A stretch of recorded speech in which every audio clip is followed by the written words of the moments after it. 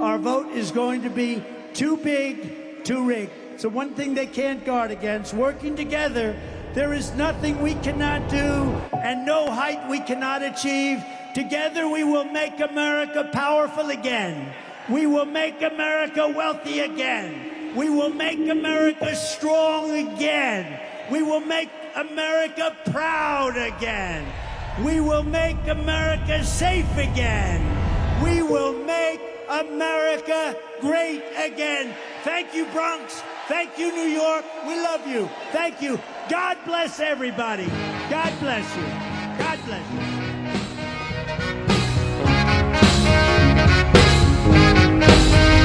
Don't you ever be sad. Trump once again repeated claims that the trial is rigged by President Biden. When the day comes, We're trying to be gentlemen in this world. The Democrats, you are gangsters. You are gangsters. You. We're leading by a lot, by a lot. on my way, your cover. And I don't want to, If you get cold, yeah, I will be your cover. let me choose my words. There's some movement. There's been a response from there's been a response from the opposition, but The press conference was organized by the Biden campaign, and it was held by actor and New Yorker Robert De Niro, as well as 2 former law enforcement officers.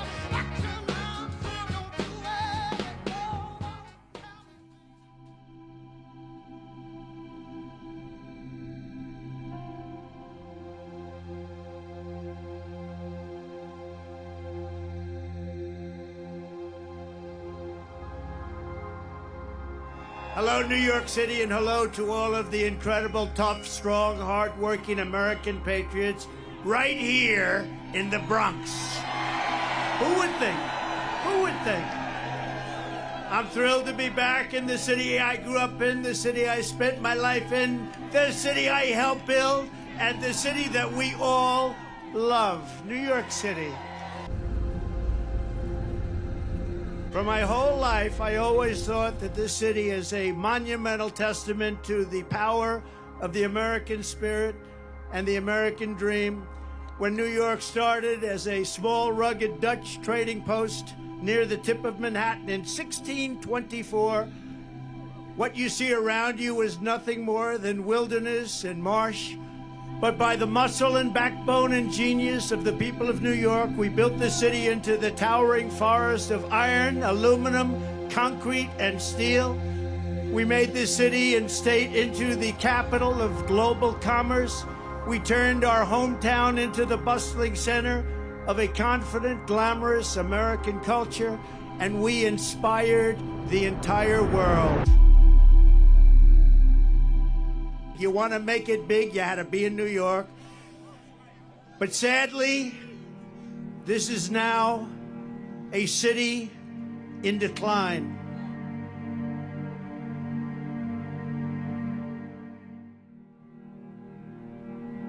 Throughout my life, I've seen New York through good times and bad, through boom times and crime waves, through market crashes and terrorist attacks.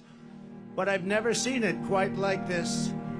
We have filthy encampments of drugged out homeless people living in our places that we've spent so much time with children where they used to play. We have lunatics killing innocent bystanders by pushing them onto the railroad tracks for sport. Our subways are squalid and unsafe. The ceiling tiles are falling down.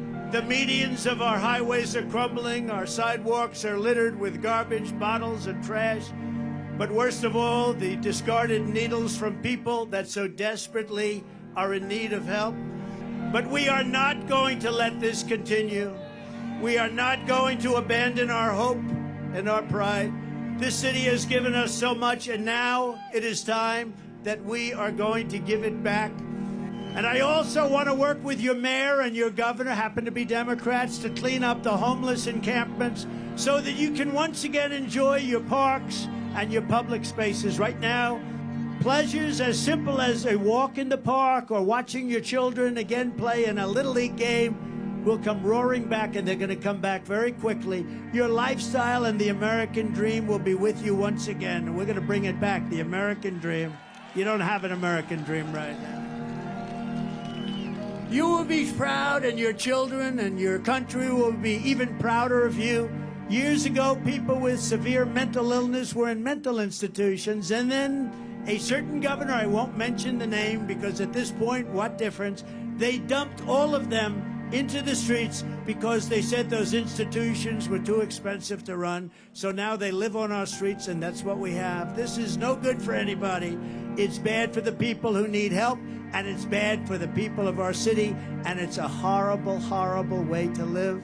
I want to work in partnership with your local leaders, Democrats, pretty much all, and move the severely mentally ill off your streets and back into a place where they can get help, and the help that they desperately need. Together, we are going to make New York City great again, and simultaneously, we are going to make America great again.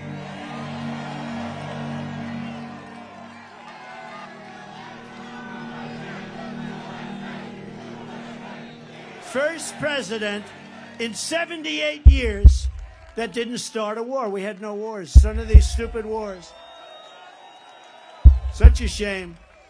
When you see all the people that died in these horrible wars in the Middle East and everything else, countries didn't want us, dropping bombs all over the place. Spent $9 trillion in the Middle East. We bomb the hell out of the place, then we leave. You want to use that as a last resort. You can solve these problems with a meeting or with a telephone call. You don't have to drop billions of dollars worth of bombs on people's heads. You don't have to. It's called peace through strength. It really is. There's no reason for it. What they did in the Middle East is so incredible. They bombed the hell out of the place, and then they left. So we were in a position, there was no terror, there was no threat, there was no nothing, and now Iran has become a big threat again.